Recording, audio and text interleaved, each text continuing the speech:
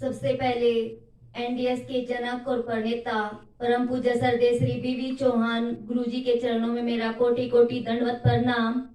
और मुझे नया जीवन दान देने वाले पूजनीय आनंदी माँ और सुरेश भैया के चरणों में मेरा कोटि कोटि दंडवत प्रणाम, जिन्होंने मुझे नया जीवन दान दिया है। कैसे दिया है वो मैं आप लोगों के साथ शेयर करूंगी। और किसी भी इंसान से एनडीएस स्टार्ट कैसे करवाना है, उसको एनडीएस स्टार्ट करने के लिए कैसे मोटिवेट करना है, ये मैंने सीखा है एनडीएस के धुरंधर श्री नरहरि भाई पंड्या जी से। उनके चरणों में भी मेरा कोटि कोटि नमन। विनोद भाई को भी मेरा कोटि कोटि नमन। और आप सभी एनडीएस साथियों को मेरा प्यार भरा नमस्कार। मैं कविता रोहतक हरियाणा से हूँ। मेरी उम्र 32 वर्ष है। मेरा मोबाइल नंबर 7056570305 है। रिपीट कर रही हूँ, मेरा मोबाइल नंबर 7056570305 है। जैसा कि मैं पहले भी बता चुकी हूँ, मुझे छोटी मोटी बहुत सारी बीमारियां थी, जैसे कि thyroid, gall bladder stone, kidney stone, PCOD, fertility problems, ऐसे ही बहुत सारी बीमारियां थी। और जो मेन बीमारी थी वो थी मोटापा, ओबेसिटी।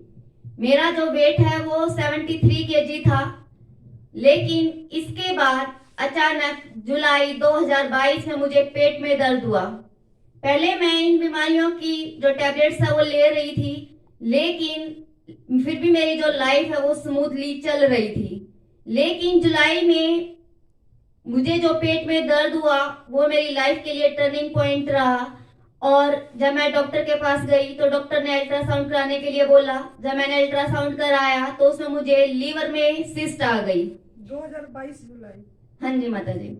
तो जब लीवर में सिस्ट आई तो उसके बाद मुझे सीटी स्कैन कराने के लिए बोला गया। जब मैंने सीटी स्कैन कराया तो उसमें लीवर में 6 गांठें आई और जो बड़ी आंत है उसमें भी ट्यूमर आ गया। और उसके बाद जब डॉक्टर ने मुझे सजेस्ट किया कि अब आपको पैट सीटी करवाना चाहिए, क्या पता किस चीज की गांठें हों। जब मैंने पैट सीटी करवाया तो उसके अंदर आया कि जो बड़ी आंत के अंदर ट्यूमर है वो कैंसरस ट्यूमर था। और आपकी जो ये बीमारी है कैंसर की, ये मेटास्टैटिक होकर लीवर में जा चुकी है। और लीवर के अंदर जो 6 ट्यूमर है वो 6 के 6 कैंसरस ट्यूमर हैं। और साथ ही 3 लिम्फ नोड्स में भी मेरी कैंसर के ट्यूमर आ चुके थे। तो ऐसे टाइम पर डॉक्टर ने मुझे कहा कि हमारे पास केवल एक ही ऑप्शन है कि हम केवल कीमोथेरेपी से आपका ट्रीटमेंट कर सकते हैं, रेडिएशन आपको दे नहीं सकते। क्योंकि अगर एक ऑर्गन में होता तो हम रेडिएशन देते, लेकिन बहुत सारे ऑर्गन में फैल चुका है तो रेडिएशन नहीं हो सकती, सर्जरी नहीं हो सकती। क्योंकि लीवर के अंदर 6 ट्यूमर हैं, 1-2 ट्यूमर निकल सकते हैं, बाकी के ट्यूमर्स नहीं निकल सकते, तो सर्जरी नहीं हो सकती। तो हमारे पास एक ही ऑप्शन बचता है और वो है कीमोथेरेपी। उन्होंने मुझे इसके लिए सबसे पहले 6 साइकिल्स का शेड्यूल दिया कि 6 कीमोथेरेपी साइकिल्स आपको लेनी पड़ेंगी। मैंने 6 कीमोथेरेपी साइकिल्स ली। इसके बाद फिर पैट सीटी कराया तो उसके अंदर ये आया कि आपकी जो बीमारी है वो 60% कम हो चुकी है। मीन्स जो मेरी बीमारी है वो 50-60% पहले से कम हो गई थी। इसके बाद उन्होंने फिर से 6 कीमो साइकिल्स का शेड्यूल दिया, फिर से 6 कीमो की गई। इसके बाद फिर पैट सीटी कराया गया। फिर रिपोर्ट के अंदर आया कि आपकी जो डिजीज है वो स्टेबल हो गई है, मीन्स ना कम हुई है ना बढ़ी है। तो डॉक्टर ने मुझे मोटिवेट किया कि इसको भी एक आप पॉजिटिव सिंबल लेकर चलिए, घबराने की जरूरत नहीं है, आपकी बीमारी अगर कम नहीं हुई है तो रुक गई है। हमने कहा चलो ठीक है। इसके बाद फिर से उन्होंने 6 कीमो का और शेड्यूल दे दिया कि 6 कीमो और लगानी पड़ेंगी। फिर से 6 कीमो और लगाई गई। 18 कीमो साइकिल्स होने के बाद फिर से पैट सीटी कराया गया। और पैट सीटी कराने के बाद जब रिपोर्ट आई तो उसको देखकर हम सब चौंक गए, क्योंकि कीमो लेते लेते भी जो मेरी बीमारी है वो 30% बढ़ गई थी। जब ऐसी रिपोर्ट हमने देखी तो ऐसे टाइम पर इंसान का घबरा जाना स्वाभाविक है, तो हम भी निराश हो गए थे। लेकिन हमने सुना है कि जब सारे रास्ते बंद हो जाते हैं तो प्रभु कोई ना कोई रास्ता खोल ही देते हैं। तो उस टाइम डॉक्टरों ने हाथ खड़े कर दिए। उन्होंने कहा दोबारा से बायोप्सी करवाओ। कई बार क्या होता है, ट्रीटमेंट करते करते करते कैंसर की नेचर चेंज हो जाती है और इसके लिए हमें दवाई चेंज करनी पड़ेगी। फिर हमने क्वेश्चन किया डॉक्टर से कि क्या दवाई चेंज करने से मतलब बीमारी कम हो जाएगी, तो उन्होंने यही कहा कि हम केवल एक्सपेरिमेंट करके देख सकते हैं, हम श्योरिटी नहीं ले रहे हैं कि आप ठीक हो जाओगे। देखो 100% तो आप ठीक नहीं हो सकते, लेकिन हम दवाई चेंज करके एक्सपेरिमेंट कर सकते हैं कि क्या पता कोई दवाई आपकी बॉडी के ऊपर काम कर जाए। हमने कहा कि जब पहली दवाई ने काम नहीं किया तो क्या दूसरी दवाई काम करेगी, तो वो भी श्योर नहीं थे। तो एलोपैथिक के जो रास्ते पर हम चले थे उसने हमें निराश कर दिया था और मुझे आगे कोई भी रास्ता नहीं दिखाई दे रहा था। तो उस टाइम मेरे जो हस्बैंड है वो रेलवे में जॉब करते हैं, तो उनके स्टाफ के एक सदस्य ने बताया कि हमारी फैमिली में एक सुरेश जी थे जो कि कैंसर से ही पीड़ित थे और एनडीएस को फॉलो करके वो कैंसर से बाहर आए हुए हैं। तो हमें भी एक नई होप, नई आशा की किरण वहां दिखाई दी, क्योंकि उससे पहले मैं भी नहीं मान रही थी कि किसी और पद्धति के अंदर मैं जाऊं, क्योंकि मेरे जो हस्बैंड हैं वो मुझे बोल रहे थे कि आप एनडीएस को फॉलो करो, लेकिन मैं बार बार उनको मना कर रही थी। जैसा कि सबके मन में डर होता है वैसे ही एक डर मेरे मन में भी था कि कहीं मैं एलोपैथी के रास्ते को भी छोड़ दूं और आयुर्वेदिक, होम्योपैथी या एनडीएस जैसे किसी और रास्ते को मैं अपनाऊं और वहां से भी अगर मुझे आराम ना लगा तो फिर मेरा क्या होगा। और मेरे जो बच्चे हैं वो भी छोटे छोटे थे, तो मैं मतलब जैसा कि हर माँ बाप को डर होता है कि अगर कोई अनहोनी हमारे साथ घटती है तो बच्चों का क्या होगा, वैसा ही डर मेरे अंदर भी था। उस टाइम बहुत निराश मैं हो गई थी, हमेशा माइंड में नेगेटिव थॉट्स आते रहते थे। तो जब भी कोई घर का पर्सन मुझसे मिलता वो मेरे सामने रोता हुआ ही आता था और उसको देखकर मैं भी रोने लग जाती थी। तो कोई रास्ता हमें नहीं सूझ रहा था। फिर लास्ट में एनडीएस अपनाने के बारे में ही सोचा हमने, और मुझे जो एनडीएस के बारे में मोटिवेट किया वो मेरे हस्बैंड ने मोटिवेट किया। जब मैं उसको अपनाने के लिए नहीं मान रही थी तो उन्होंने 2 महीने से एनडीएस फॉलो करना शुरू कर दिया था। मींस अप्रैल 2023 से उन्होंने एनडीएस फॉलो करना शुरू किया था। उनको कोई प्रॉब्लम नहीं थी, लेकिन मुझे मोटिवेट करने के लिए कि एनडीएस के अंदर जो मेन डर था वो मुझे एनिमा के बारे में था, जैसा कि बहुत से साधकों को होता है। तो उनकी भ्रांति भी मैं ये मतलब क्लियर कर देती हूँ कि एनिमा से कोई भी नुकसान नहीं होता है, बल्कि वही हमारी लिए संजीवनी बूटी का काम करता है और वही हमें बचाता है। क्योंकि एनडीएस के अंदर जो तप है हमारा वो आधा काम करता है, आधा जो काम है वो हमारा एनिमा करता है। क्योंकि इससे पहले हमने जो गलत आहार लिया होता है उसकी जो सफाई होती है वो एनिमा से ही होती है। और एक्चुअल में हमारे शरीर में कोई रोग नहीं होता है। जो हमारा शरीर में जो भी बीमारी, जो भी नाम हम उस बीमारी को देते हैं वो हमारे शरीर में एक त्वरित गंदगी होती है, इकट्ठी गंदगी होती है। जो मल हमारे शरीर में जमा हुआ होता है वो होता है, और उसी को जिस भी ऑर्गन को अफेक्ट करता है उसके अकॉर्डिंग डॉक्टर्स के द्वारा अलग अलग नाम दे दिया जाता है। तो जब मैंने एनडीएस को फॉलो करना शुरू किया तो मैंने वो जून 2023 से फॉलो करना शुरू किया था। जून 2023 में मैं यहाँ दिव्यासी सासाराम सुंदर नगर मंडी डिस्ट्रिक्ट हिमाचल प्रदेश में आई थी। यहाँ 2 जून से 11 जून शिविर चल रहा था जो कि बीवी चौहान गुरुजी के सानिध्य में चल रहा था।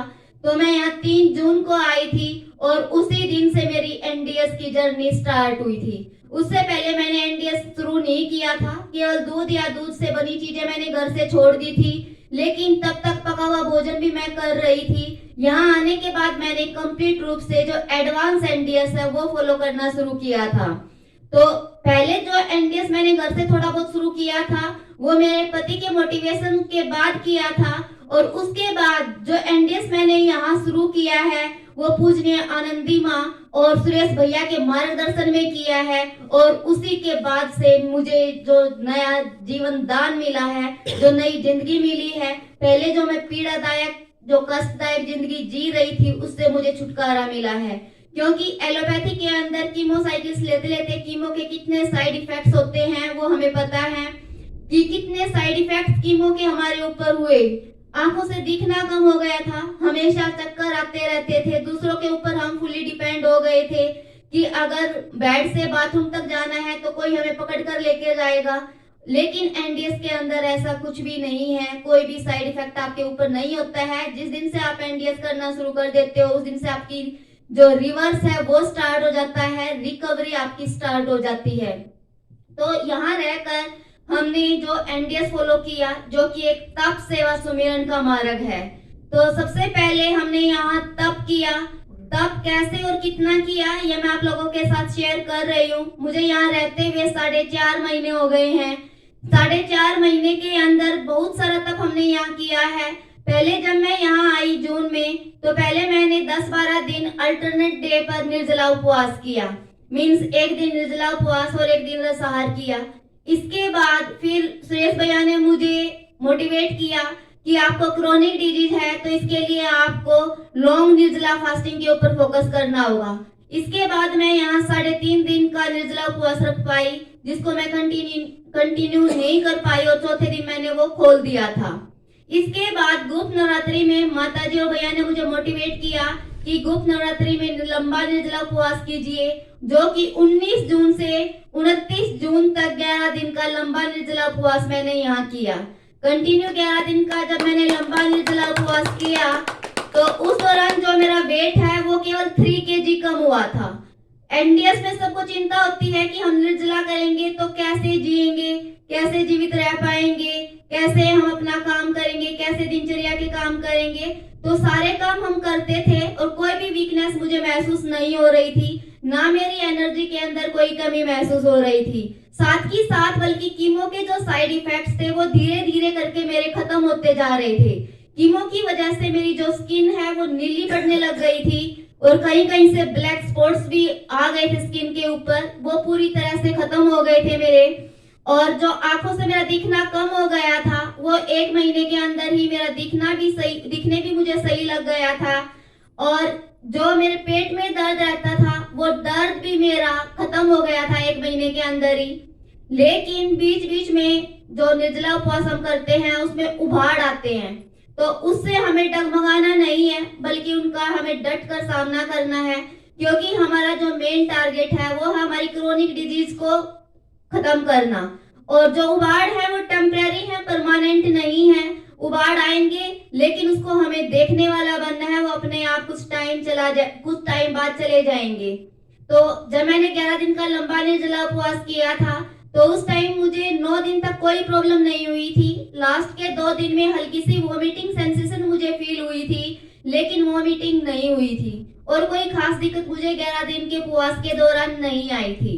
इसके बाद फिर 1 दिन, 2 दिन, 3 दिन का निर्जला उपवास मेरा चलता रहा।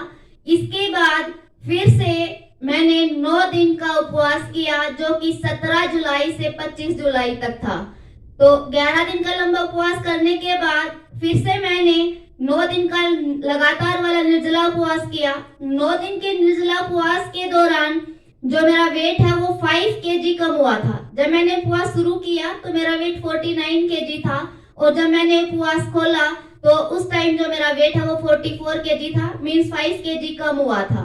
और जब मैंने 9 दिन का उपवास किया था उस टाइम 5 दिन तक मेरा निर्जला उपवास स्मूथली से चल रहा था, लेकिन 6ठे दिन मुझे पेट में दर्द हुआ। और जो मुझे पेट में दर्द हुआ वो मुझे गोल ब्लैडर स्टोन था उसकी वजह से हुआ था, क्योंकि वो दर्द मेरा केवल राइट साइड में था और बैक में था। तो जब मुझे पहले भी ये पेन होता रहता था, लेकिन यहाँ आने के बाद मुझे ये पेन 2.5 महीने बाद हुआ था। और जब मुझे ये पेन हुआ तो वो पेन मुझे 3 से 4 दिन रहा। तो उस दौरान मैं घबराई नहीं, ना ही मैंने अपना निर्जला उपवास छोड़ा। मैं केवल जो ठंडे पानी की पट्टियां हैं वो अपने पेट पर करती रही और धीरे धीरे करके वो जो पेन है 3 से 4 दिन में पूरी तरह से चला गया। और इसके बाद 9 दिन बाद मैंने अपना निर्जला उपवास खोला था। इसके बाद फिर वीक में 3 दिन का निर्जला उपवास कंटिन्यू और 4 दिन मैं रसार पर रही। लगभग 1 महीने तक मेरा यही सिस्टम चला।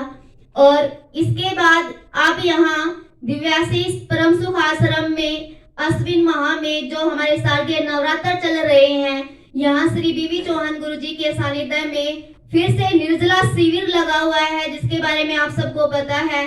तो इस निर्जला शिविर में भी मैं 9 दिन का कंटिन्यू निर्जला उपवास किया है। और मैं जो ये निर्जला उपवास है ये मैं कल खोलने जा रही हूँ, मतलब जो मेरी फास्टिंग है वो मैं कल खोलने जा रही हूँ। लेकिन जो उपवास है वो मैं नहीं छोड़ना चाहूंगी, क्योंकि जो हमारा सही लक्ष्य है वही हमें मिल गया है। उपवास छोड़ने की चीज नहीं है। मैं केवल फास्टिंग तोड़ूंगी, उपवास नहीं छोड़ूंगी, क्योंकि जो हमारा मूल लक्ष्य है वो उपवास ही है जो हमें मिला है। उपवास का मतलब होता है उप प्लस वास। उप का मतलब होता है नजदीक और वास का मतलब होता है बैठना। और हमारे जीवन का जो लक्ष्य है वो यही है कि हमें अपने आप की पहचान करनी है, अपने नजदीक बैठना है।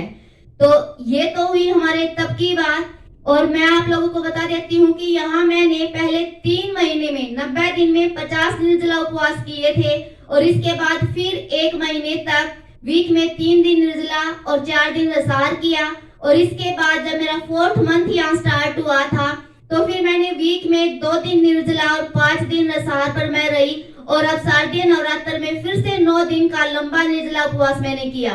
मीन 4.5 महीने के दौरान मैंने यहाँ 3 लंबे निर्जला उपवास किए हैं, एक 11 दिन का और 2 बार 9 दिन का। तो ये तो हुई हमारी तब की बात। इतना तब करने के बाद जो हमारी शारीरिक प्रॉब्लम है उसमें तो मुझे मतलब पूरी तरह से मैं कह सकती हूँ एकदम से कि मैं बिल्कुल मस्त हूँ, स्वस्थ हूँ, तंदुरुस्त हूँ, क्योंकि कोई भी सिम्टम्स मेरी बॉडी में मेरी बीमारी की वजह से जो भी था वो नहीं रहा है। और मेरा जो वेट है, जब मैं यहाँ आई थी 3 जून को, उस टाइम मेरा वेट 58 केजी था और आज मेरा वेट 38 केजी है। मीन्स 20 केजी वेट मेरा कम हुआ है। और अब जो 9 दिन का उपवास मैंने किया है, जब मैंने शुरू किया तो मेरा वेट 40 केजी था और 9 दिन के बाद आज मेरा जो वेट है वो 38 केजी है। मीन्स मेरा जो वेट है 9 दिन के दौरान केवल 2 केजी कम हुआ है। लेकिन वेट कम होने की हमें चिंता नहीं करनी है। वेट कम होने से आपकी एनर्जी के अंदर, स्टेमिना के अंदर कोई कमी आपको नजर नहीं आएगी और मुझे भी किसी भी तरह की कोई वीकनेस फील नहीं हो रही है। आराम से हम अपनी दिनचर्या के जो भी काम है वो कर रहे हैं। तो आप लोग अपने मन से एक तो ये भ्रांति निकाल दीजिए कि भोजन में शक्ति है। भोजन से हमें एनर्जी नहीं मिलती है। भोजन से ज्यादा जो शक्ति है वो गहरी नींद में है, भजन में है, ध्यान में है। तो आप भजन और ध्यान की तरफ ध्यान दीजिए, क्योंकि हमें खाने के लिए नहीं जीना है, जीने के लिए खाना है। मीन्स जितने में हमारा काम चल जाता है हमें केवल उतना ही खाना है। तो ये तो हमारी तप की बात हुई। लेकिन जो हमारा एडवांस एनडीएस है ये तप सेवा सुमिरन का मार्ग है। तो तप से हमारा रोग नाबूदी तो एक बाई प्रोडक्ट है, वो तो हो ही जाता है। और इस जो तप हमने किया वो क्या किया कि हमने दूध से बनी चीजें छोड़ी हैं, पका हुआ भोजन छोड़ा है, और जो भी गलत चीजें हम लेते हैं, हमारी यंग जनरेशन जो लेती है कि जैसे जो नशे की लत है वो उनमें लग जाती है, बीड़ी, सिगरेट, तंबाकू, गुटखा वो खाते हैं, मदिरा वो पीते हैं, और अपनी फिजिक अच्छी बनाने के चक्कर में गलत प्रोटीन पाउडर वगैरह वो जो लेते हैं, तो वो सब चीजें हमें छोड़नी है। क्योंकि उससे क्या होता है, जो प्रोटीन पाउडर वगैरह हैं, दूध से बनी चीजें हैं, ये हमारे किडनी और लीवर को डैमेज करना शुरू कर देती हैं। इनसे हमें कैल्शियम नहीं मिलता है, ये कोई कैल्शियम का सोर्स नहीं है। जो बल्कि हमारी जो एक्चुअल डाइट है वो नेचुरल डाइट है, जैसा कि भगवत गीता में भी लिखा हुआ है, पत्रम पुष्पम फलम तोयम च। मीन्स हमारा जो भोजन है वो है पत्रम पत्ते, पत्तियां, पुष्पम फूल, फलम फल, तोयम का मतलब होता है जल। तो ये हमारा भोजन है और यही हमें लेना है। जो कि हम पका हुआ भोजन खाते हैं उसके अंदर कोई भी सत्व तत्व नहीं होते हैं, क्योंकि जब हम उसको पका देते हैं तो वो नष्ट हो जाते हैं और वो हमारे लिए फायदा नहीं करते हैं, क्योंकि जो खुद मृत है वो हमें क्या जिंदा रखेगा। तो ऐसा भोजन हमें नहीं करना है। जो नेचुरल डाइट है वही हमें लेनी है। मीन्स प्रकृति में जो जैसा मिलता है वही हमें उसको एज इट इज लेना है। और जो नमक है उसको भी हमें छोड़ना है, क्योंकि जो नमक है वो हमारी हड्डियों को गलाने का काम करता है, कमजोर करने का काम करता है। तो उसको भी जितना हो सके कम करने की कोशिश कीजिए। धीरे धीरे करके उसका जो सेवन है बिल्कुल छोड़ दीजिए। और मेरी जो बीमारी है मैं तो इसको भी एज ए ब्लेसिंग ही कहूंगी, क्योंकि भगवान ने जब मुझे खुशी दी थी, जितनी भी मुझे खुशी दी थी, तब मैं बहुत खुश हो रही थी कि भगवान मुझे इतना दे रहा है। लेकिन जब बीमारी दी तो तब मैं दुखी हुई। लेकिन यहाँ आने के बाद मुझे पता चला कि जो बीमारी है वो भी मेरे लिए एज ए ब्लेसिंग है। मैं भी भगवान को इसके लिए धन्यवाद करना चाहूंगी कि इस बीमारी की वजह से ही मैं जो हमारा असली जो रास्ता है, जीवन का जो ध्येय है, तप सेवा सुमिरन का जो मार्ग है, वो मुझे इस बीमारी की वजह से ही मिला। तो इस बीमारी की वजह से मैं प्रभु को धन्यवाद देना चाहूंगी कि इसकी वजह से ही मैं इस लाइफस्टाइल को अपना पाई। तो जो तप सेवा सुमिरन का मार्ग है, मैं आप सब जो यंग जनरेशन है उनको भी यही कहूंगी कि दूध से बनी जो चीजें हैं, प्रोटीन पाउडर वगैरह हैं, वो सब लेना छोड़ दीजिए और नेचुरल डाइट को अपनाइए। और तप के साथ साथ जो सेवा और सुमिरन है उसके ऊपर भी हमें फोकस करना है, क्योंकि ये तीनों एक दूसरे के प्रेरक हैं, पूरक हैं। एक से हमारा काम नहीं चलेगा, खाली तप करने से भी कुछ नहीं होगा, और किन्हीं दो का कॉम्बिनेशन अगर हम लेते हैं तो उससे भी हमारा काम नहीं चलेगा, क्योंकि हमारा जो मूल लक्ष्य है, प्रभु प्राप्ति का जो लक्ष्य है, वो इनसे हमें नहीं मिलेगा, वो तीनों के कॉम्बिनेशन से ही मिलेगा, तप सेवा और सुमिरन। तो तप के साथ साथ हमें सेवा और सुमिरन को भी ध्यान में रखना होगा।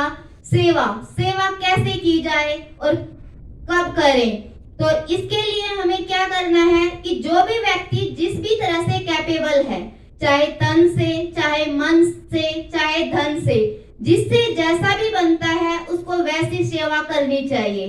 अगर आपके पास धन है तो आप धन से सेवा कीजिए, अगर धन नहीं है तो आपके पास जो भी आपके पास अनयूज चीजें रखी हुई हैं, मीन्स ऐसी चीजें जो आपके यूज में नहीं आ रही हैं, उनको देना सीखिए, बांटना सीखिए। और जो हमारे बेजुबान पशु पक्षी हैं उनकी सेवा कीजिए, वो भी एक बहुत बड़ी सेवा है, उससे बड़ी सेवा कोई भी सेवा नहीं है। तो लेकिन आज के टाइम में हम क्या देख रहे हैं, हर कोई नाम कमाने के चक्कर में सेवा कर रहा है। अगर कोई थोड़ी सी भी सेवा कर रहा है तो उसके मन में क्या लालसा होती है कि इस जगह हमारा नाम लिख दिया जाए, मीन्स नाम कमाने के चक्कर में सेवा कर रहे हैं, जो कि इंसान की सबसे बड़ी मूर्खता है।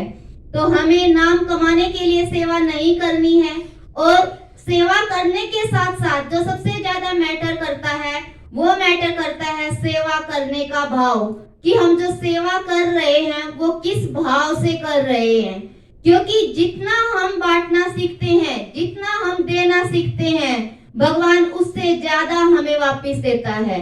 तो कभी भी जब भी सेवा कर रहे हो तो ये सोचकर नहीं करनी है कि हम किसी जरूरतमंद को दे रहे हैं, क्योंकि देने के साथ साथ हमारा जो भाव है वो भी मल्टीप्लाई होकर हमें वापस मिलता है।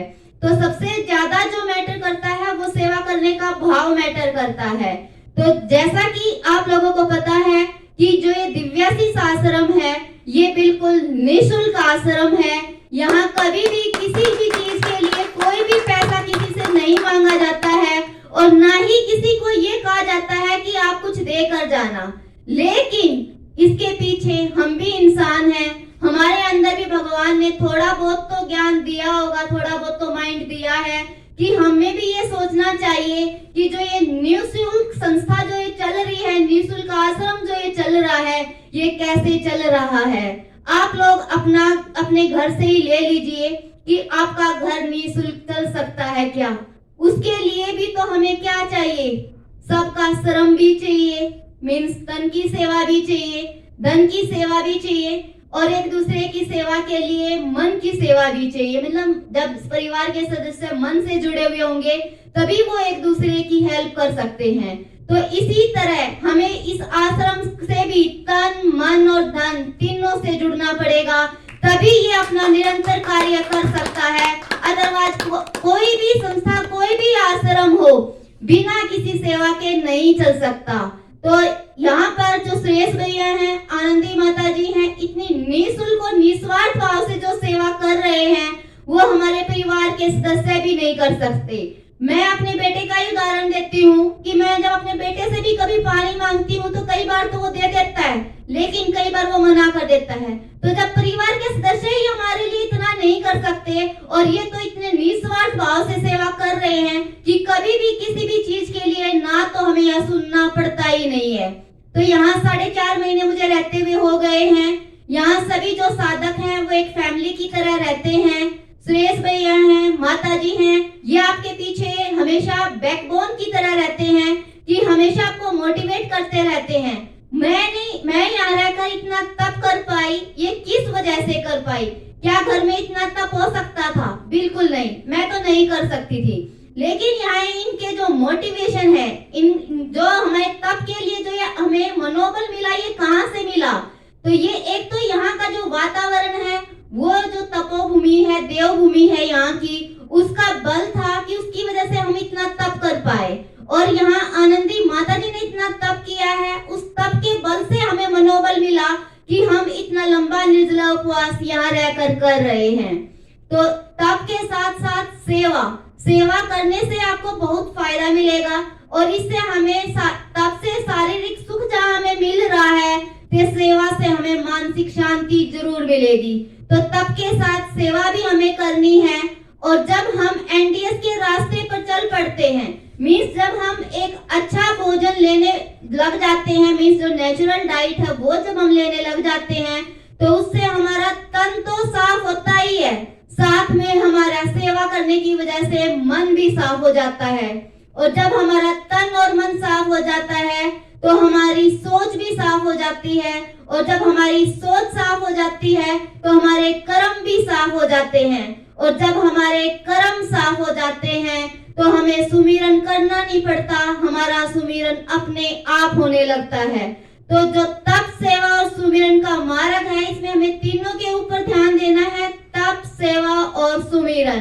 तो यहाँ सुमिरन का जो मेरा एक्सपीरियंस है वो मैं आप लोगों के साथ शेयर कर रही हूँ। जब मैं यहाँ नहीं आई थी तो मुझे आध्यात्मिकता के बारे में कुछ भी नहीं पता था। मैंने कभी इस ओर ध्यान भी नहीं दिया था।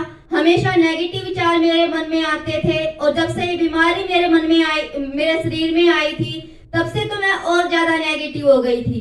तो यहाँ आने पर जो तप, सेवा, सुमिरन का मार्ग मैंने अपनाया, उसका सबसे बड़ा इफेक्ट तो मेरे ऊपर ये हुआ कि मेरा माइंड बहुत पॉजिटिव हो गया है। अब मैंने अपनी इस बीमारी के बारे में सोचना तो छोड़ ही दिया है। मुझे अब इस कैंसर नाम की बीमारी का कोई भी डर नहीं है।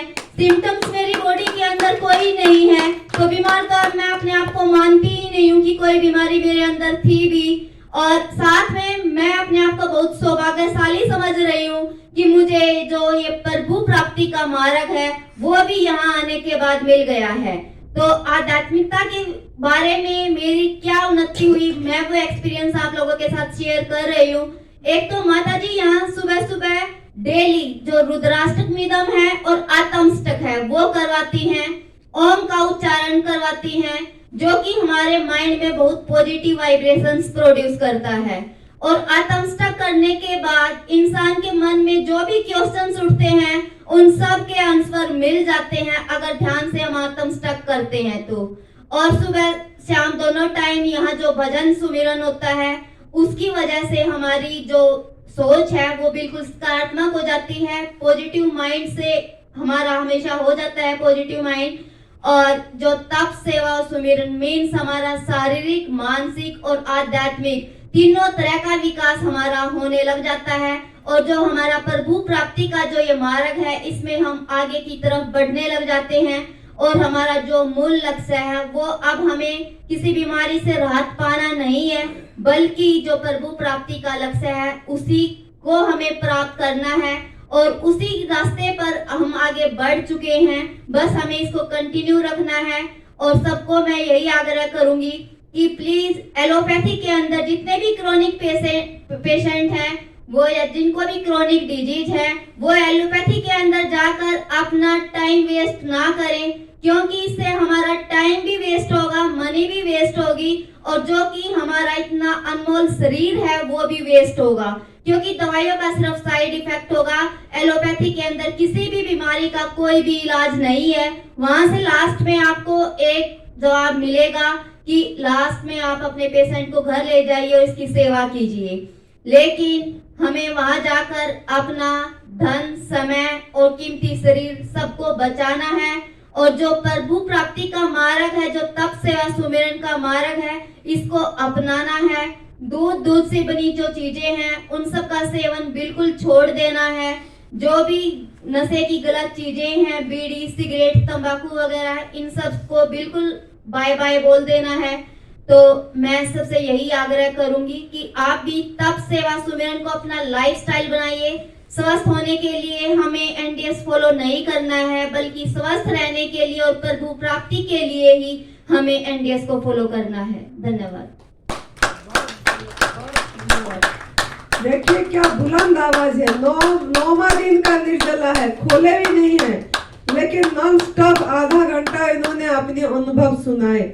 लोग बोलते हैं निर्जला करके हम कमजोरी लगती है, हम थकावट हो जाती है, और आपके सामने है सभी क्लास अटेंड करती है, सवेरे भी और दोपहर भी जो पूरी क्लास अटेंड करती है, और उसका आवाज देखो बुलंद कितनी है, और वेट 38 किलो है। तो आप भी घबराइए मत और इसको अपना लाइफस्टाइल बनाइए, वेट अपने आप बढ़ जाएगी। बहुत धन्यवाद। माता जी इनसे यही उम्मीद रखे, हाँ, एनडीएस के मोटिवेशनल स्पीकर बन जाए।